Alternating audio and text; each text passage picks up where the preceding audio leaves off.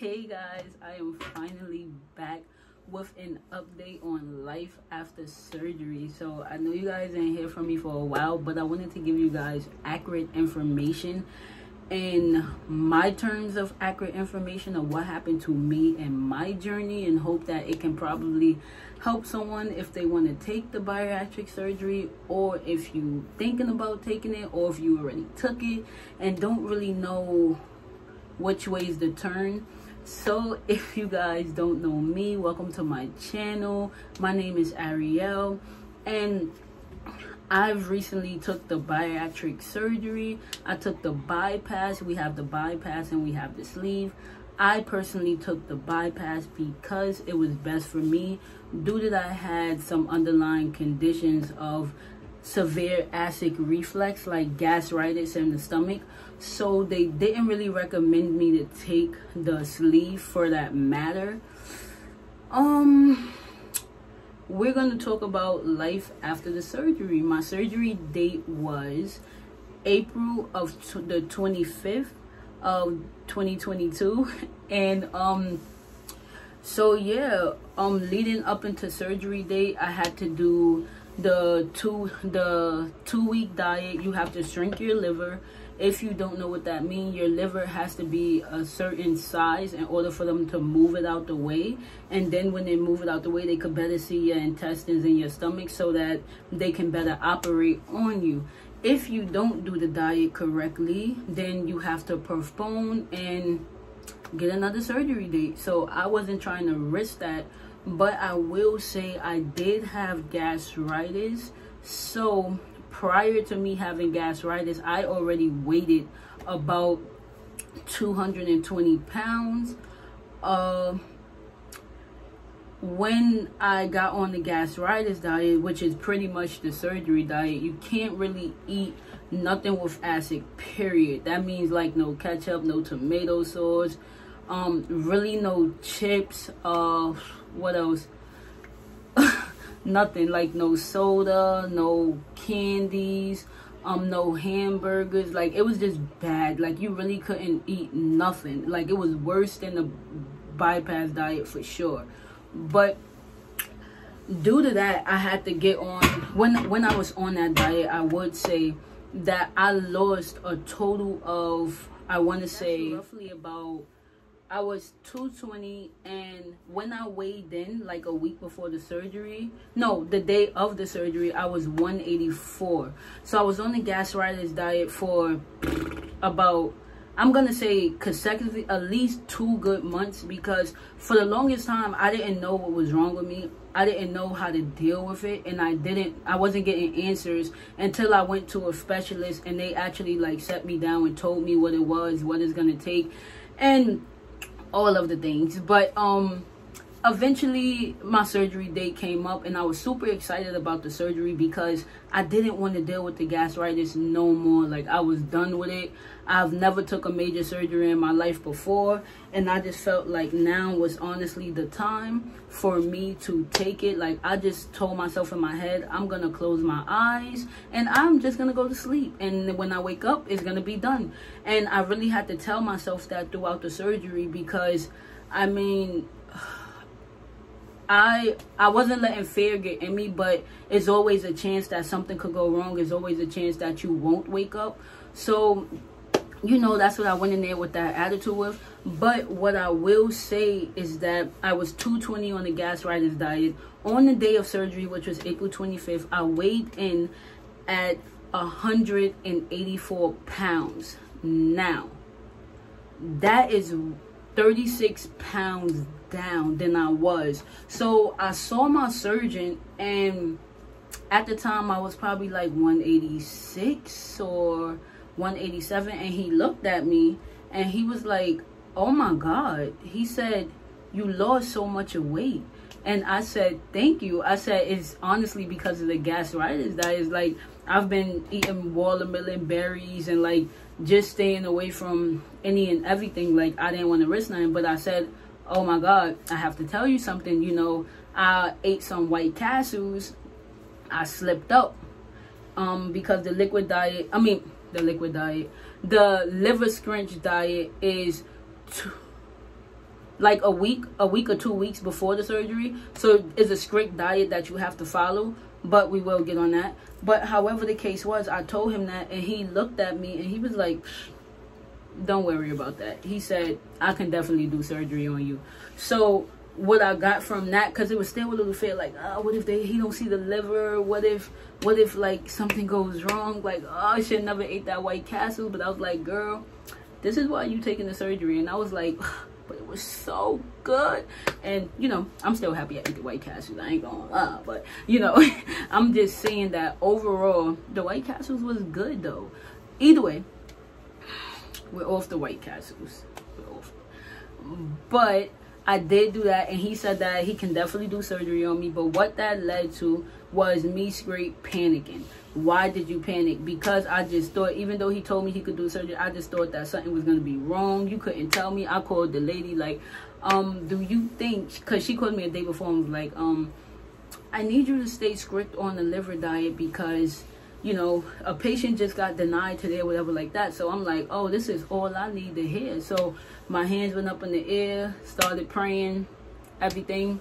But either way, long story short, so I definitely lost that weight. And he looked at me and he said, you lost a lot of weight. And I said, well, thank you. And then he said, normally people with this surgery, they be or morbid or obese, which you were. But he said, now you're not in that category. Like, your BMI is not really there. So then after that, I was like, yes, I'm excited. But I didn't want to show too much of excitement because I still had gastritis. And I knew that something had to be done with my life. And I knew that I had to make a change. And I knew that the surgery was right for me. It was a decision for me and something that I personally wanted to do. And I did it. So either way, on surgery day, I went in, I scheduled, I think they took a pregnancy test or something like that, and they gave me a change of clothes. They took me off my birth control, so I couldn't wear that. So, you know, if you have any girly problems going on down there, yeah, they're gonna give you like a pad, not to be vivid, and like special garment wear where you can wear it where everything can like stay intact. And that's pretty much what happened. And overall, it was pretty good. I mean, my doctor was super great. He was nice. The anesthetic team came in and everything was super cool, and my fiance was there and he was waiting for me. And I was like, listen, this is your job. Ask about me, wake me up. Don't leave this hospital if you don't see my eyes open. Wake me up. Like, and I told the anesthesia doctor, like, listen, wake me up. Don't let me stay asleep. I want to be up. And he assured me, and he was really good. And then I said, listen, I'm nervous. And he was like, well, if you're not nervous, you know, something could be wrong. And I said, you know what? You're very much right. So either way, I got into the room, and no lie, as they was driving my bed until the surgery room, it was different surgery rooms it was different surgeries that was going on within the rooms. I saw somebody getting the sleeve. When I tell you I saw a stomach that was taller than me, it was ridiculous. It was serious. I turned my head, and the guy was on the surgery table asleep, and no more than what I saw was the surgeon just pulling out the stomach like that. And it was so long, the other guy in the back had to help him, and they just pulling out the stomach. And I'm like, oh yeah, that really shocked me. But either way, yeah, I saw that, so I was like, ugh. So, you know, I hold my bed a little tight, and I was like, don't look at that. So then after that, I went in the room, and it looked like it was like they was just ready. Like, they wasn't there like for nothing. They was ready to do my stomach. But they was ready to do my stomach. And yeah, so I went to sleep, woke up, surgery went tremendously well. When I got in recovery room, I don't know what hit me, but all the stuff that people talk about, oh, I couldn't breathe when I woke up, or I felt gas inside my stomach because it was big and I got cramps and this. No. What I felt was massive pain. I didn't even see the incisions. Like, I didn't even know that I was scarred. Like, common sense, like, they're opening your, whatever the case is. But either way, like, I didn't really know until I got upstairs to the room. When I tell you guys I couldn't move, I couldn't really walk. I couldn't go like this in the bed. Nothing. It was bad.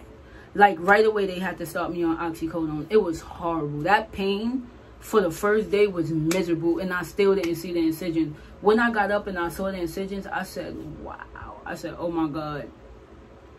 That's why you're in pain. And the bottom incision next to the belly button hurt it so bad. I think that was the worst one until, like, about 3 weeks ago. I'm not gonna lie. That was real serious.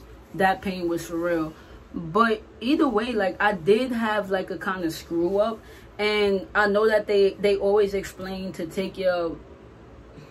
They always explain to take your liquids and get your proteins and your vitamins. But I stayed in the hospital 2 days, and they weren't making it a big deal. Like, oh, here, make sure you drink that. Or, oh, here, get your fluids down. Or, oh, here, take your vitamins. Like, they wasn't doing that. They was making sure, like, I don't get a blood clot or whatever the case is. They would give me, like, clear liquids, but it wasn't to the fact of, oh, you have to drink this certain amount. So I proceed with what they was doing. I when I got out the hospital, I ate their pudding, and I ate their yogurt, and I drank a little water, not a lot, and nowhere near the ounces that I'm drinking now. And complications came. I hit totally rock bottom. Rock bottom was real bad for me. Why? Because I didn't know the amount of fluids I was supposed to keep up on straight out of surgery. And I wasn't keeping up on protein, nor was I keeping up on my clear liquids. Protein and clear liquids are very, very different, and it is very, very serious. So 2 days after I got out, I went right back in. And that was literally, I got out the 27th. I went in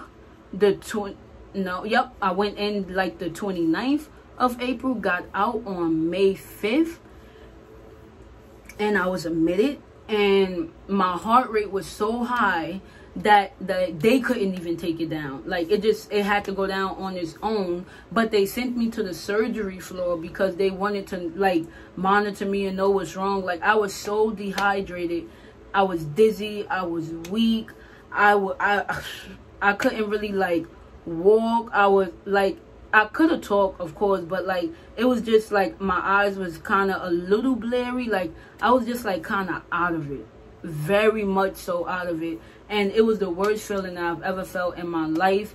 I thought that I was out of here, and I'm here. But I thank God for that. Seriously, I don't want to joke about that.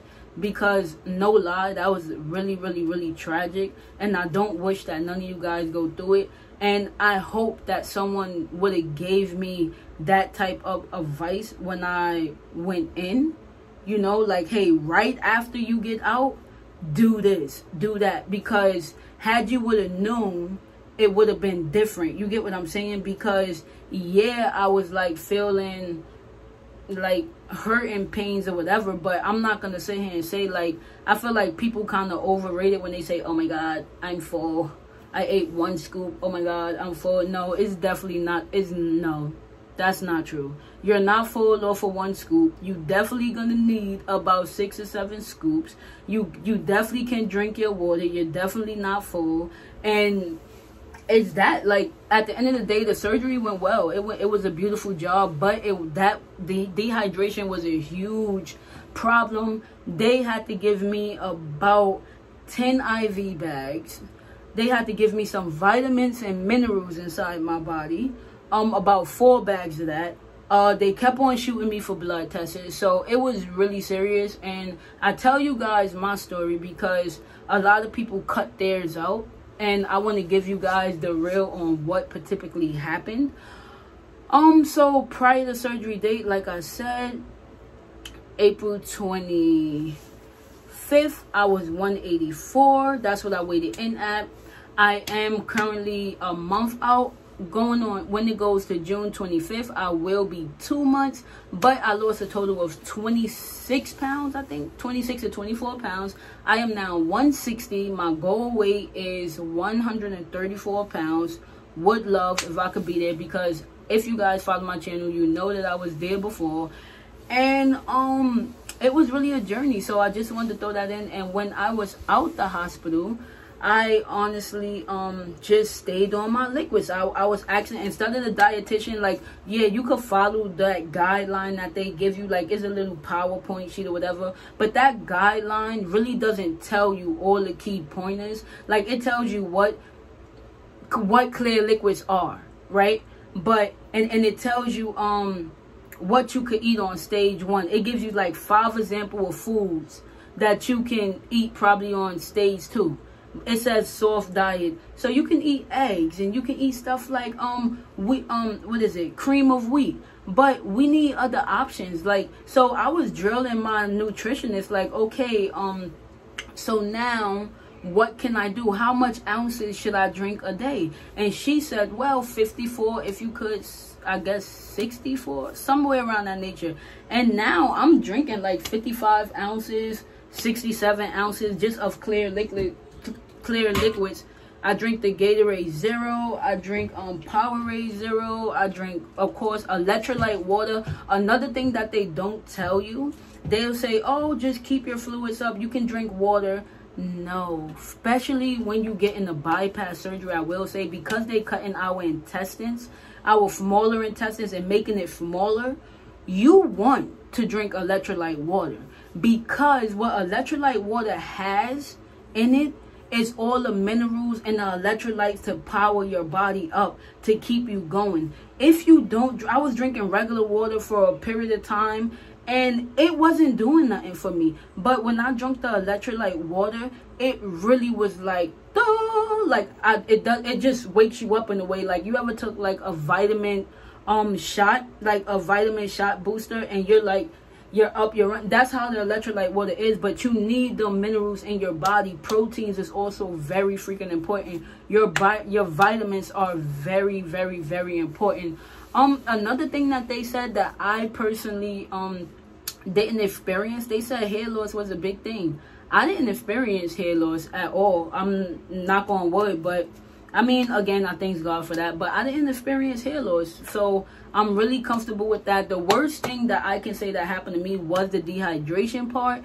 And now I'm so serious about it, I make sure I get in my fluids. Another thing, if you can't drink water, there are other options. Because I know, like, I could drown some water, but you want to keep your balance maintained. So you want to drink, if you drink like a small Gatorade like this is 12 ounces. If you drink the Powerade that I have, it's like 20 ounces. And then like a water, 23 ounces. You're keeping an equal diet. So that's something to look forward to, or to really know, because equaling your diet, balancing out your diet is very important. And it also keeps your sugar up. And you also have to make sure when you get off of stage 1, if you're in stage 2 or stage 3, you have to eat every 3 hours. That is very important, because you need your proteins. What make you lose the most weight? Proteins and exercise.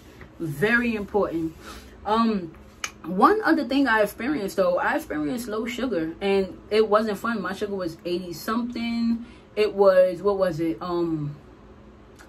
I think one time it was 60 something, but they said below 60 is not, I mean, below 60 is an issue, but they said that my numbers were still normal. But if it get a little out of control, then you want to deal with, you know, just eating, bringing it up and stuff. And I wasn't eating like I was supposed to. And, yeah, but now I do. I'm really good at what I do now. And I mean, overall, my overall view of the surgery was super good. It was super fun. I am enjoying my weight loss. I'll put up some pictures for you guys so you can see like the genuinely weight loss that I've lost in that time. And honestly, like, the only The only thing that I can say is why I wish I would have got probably like the sleeve instead of, but it can still happen with the sleeve. I want to be transparent. It can definitely happen with the sleeve, but it's more likely to happen with bypass.